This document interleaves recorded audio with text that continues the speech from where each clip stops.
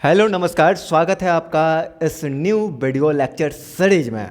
आज हम लोग 12th क्लास के केमिस्ट्री के सबसे वीवीआई प्रश्नों को देखेंगे हम लोग, जो एग्ज़ाम में हमेशा रिपीटेड करता है, 100% यही एग्ज़ाम में आते रहता है। तो चलिए स्टार्ट करते हैं सीरीज को। पहला सवाल आपके लिए है कि परासरण दाब को परिभाषित करें। देख लीजिए, इंपॉर्टेंट सवाल है। वह बाहरी दाब जो विलयन की ओर से लगाने पर परासरण की क्रिया को रोक दे परासरण दाब कहलाता है। परासरण दाब कहलाता है। क्लियर है। दूसरा सवाल आपसे है, विशिष्ट चालकता को परिभाषित करें। तो विशिष्ट प्रतिरोध का जो व्युत्क्रम होता है विशिष्ट चालकता कहलाता है। इसका SI मात्रक ओम इन्वर्स सेंटीमीटर इन्वर्स होता है। अगला सवाल आपसे है कि संक्रियन ऊर्जा को परिभाषित करें। तो अभिकारक के मध्यवर्ती के निर्माण में आवश्यक ऊर्जा को हम लोग संक्रियन ऊर्जा कहते हैं। थ्रेशहोल्ड ऊर्जा क्या है? याद रखना, ऊर्जा की न्यूनतम मात्रा जो अभिकारक अणुओं के पास होती है थ्रेशहोल्ड ऊर्जा कहलाती है। जिंक के 2 अयस्कों का नाम लिखे। तो जिंक के 2 अयस्क निम्न है। पहला का नाम है जिंक ब्लेड जिसका सूत्र ZnS होता है। दूसरा है जिंकाइड जिसका सूत्र होता है ZnO। हैलोजन परिवार के कौन कौन सदस्य हैं? तो हैलोजन परिवार के निम्न सदस्य हैं। पहला है फ्लोरीन F, दूसरा है क्लोरीन Cl, तीसरा है ब्रोमीन Br यहाँ पे, उसके बाद चौथा है आयोडीन, पांचवा है स्टैटिन, स्मॉल होगा दूसरा जो लेटर है।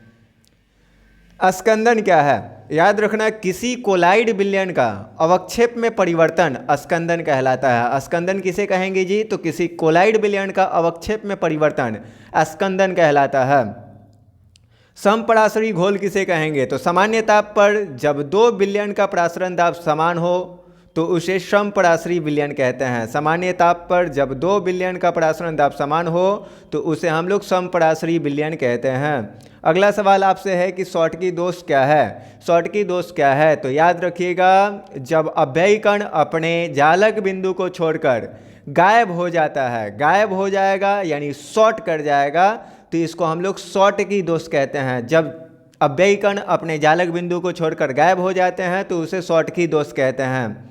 अगला इंपॉर्टेंट सवाल आपके लिए है कि फ्रेंकल दोष किसे कहते हैं? तो याद रखना आप कि जब अव्ययी कण अपने जालक बिंदु को छोड़कर अंतरकाशी स्थान में चला जाता है, जालक बिंदु को छोड़कर अंतरकाशी स्थान में चला जाता है तो उसे हम लोग फ्रेंकल दोष कहते हैं।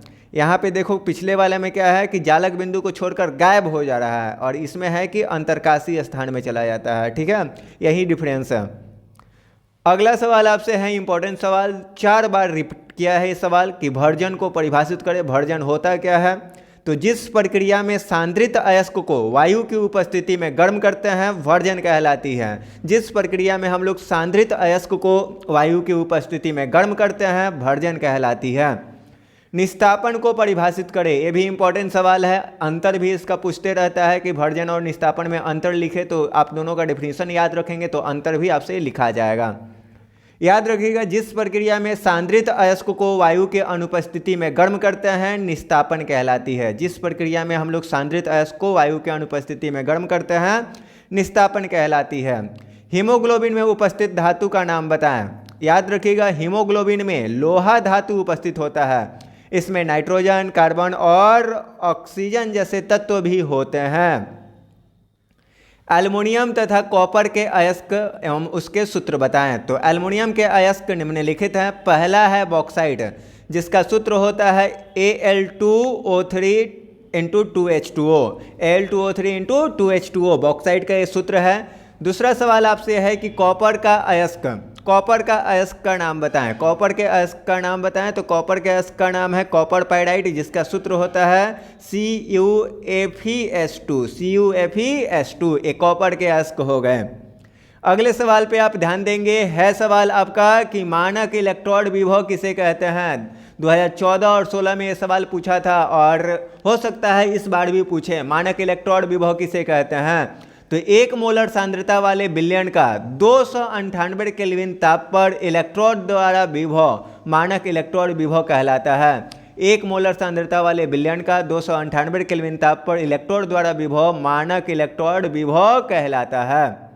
अगला सवाल आपसे है कि आदर्श विलयन, आदर्श विलयन किसे कहते हैं। देख लो 4 बार का रिपीटेड प्रश्न है, इंपॉर्टेंट है, याद रखना कि सभी ताप और सांद्रता पर राउल्ट के नियम का पालन करने वाला विलयन आदर्श विलयन कहलाता है। अनादर्श विलयन किसे कहते हैं? याद रखिएगा, अनादर्श विलयन किसे कहेंगे? तो सभी ताप और सांद्रता पर राउल्ट के नियम का पालन नहीं करने वाला विलयन अनादर्श विलयन कहलाता है। अमीनो अम्ल क्या है? याद रखिएगा, वे अम्ल जिनमें कार्बोक्सिलिक समूह और एमीन समूह दोनों उपस्थित हो उन्हें हम लोग अमीनो अम्ल कहते हैं। अगले सवाल पे नजर डालिए कि नाइट्रोजन अणु कम क्रियाशील होते हैं क्यों? तो नाइट्रोजन अणु के बीच त्रिबंधन होता है। नाइट्रोजन और नाइट्रोजन अणु के बीच कौन सा बंधन पाया जाता है? त्रिबंधन पाया जाता है। त्रिबंधन के कारण बंधन विखंडन ऊर्जा अधिक होती है, इसलिए नाइट्रोजन अणु कम क्रियाशील होता है। अगला सवाल आपसे ये है कि अल्कोहल का जलीय विलयन विद्युत का कुचालक होता है क्यों? तो अल्कोहल जल के साथ हाइड्रोजन बंध बनाता है जो ध्रुवीय प्रकृति का होता है, जिस कारण अल्कोहल का जलीय विलयन विद्युत का कुचालक होता है। ध्रुवीय प्रकृति होने के कारण ही अल्कोहल का जलीय विलयन विद्युत का कुचालक होता है जी। अगले सवाल पे ध्यान दीजिए कि प्राथमिक सेल किसे कहते हैं? मोस्ट इंपॉर्टेंट सवाल है, आप याद रखना कि जिस सेल को पुनः आवेशित नहीं कर सकते हैं उसे हम लोग प्राथमिक सेल कहते हैं। जैसे में शुष्क सेल, मरकरी सेल, या आप ऐसे कह सकते हैं कि वैसा सेल जिसका उपयोग सिर्फ एक बार किया जा सकता है उसे हम लोग प्राथमिक सेल कहते हैं।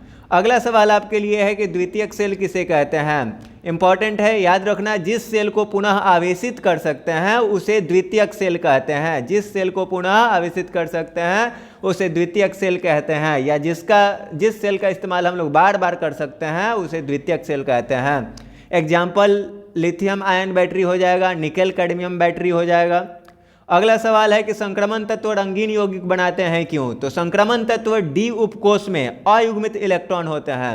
संक्रमण तत्व के डी उपकोष में कैसे इलेक्ट्रॉन होते हैं? तो अयुग्मित इलेक्ट्रॉन होते हैं जो प्रकाश किरणों को अवशोषित कर लेते हैं। डी संक्रमण के कारण ये रंगीन यौगिक बनाते हैं। अगला सवाल आपसे है कि फिनॉल की प्रकृति अम्लीय होती है क्यों? तो फिनॉल द्वारा एक प्रोटॉन के त्याग से फेनॉक्साइड आयन बनता है। फिनॉल द्वारा एक प्रोटॉन यानी हाइड्रोजन आयन के त्याग से कैसा आयन बनेगा? तो फेनॉक्साइड आयन बनता है और अनुनाद अस्थायित्व ये प्राप्त कर लेता है, अतः फिनॉल की प्रकृति अम्लीय होती है। नेक्स्ट सवाल आपसे है कि फैराडे के विद्युत अपघटन का प्रथम नियम लिखें। तो याद रखिएगा, इस नियम के अनुसार किसी इलेक्ट्रोड पर मुक्त पदार्थ की जो मात्रा होगी प्रवाहित आवेश के समानुपाती होती है, अर्थात W समानुपाती Q होती है। इसे ही हम लोग फैराडे का विद्युत अपघटन का प्रथम नियम कहते हैं। तो इस वीडियो लेक्चर सीरीज में आप देखें 25 VBI केमिस्ट्री के सवालों को, मोस्ट वायरल सवाल है ये केमिस्ट्री के। इस 25 क्वेश्चन को आप याद कर लीजिएगा और एक बार रिवीजन करके ही एग्जाम देने जाइएगा। मिलते हैं आपसे नेक्स्ट वीडियो में, तब तक के लिए बाय बाय एंड धन्यवाद।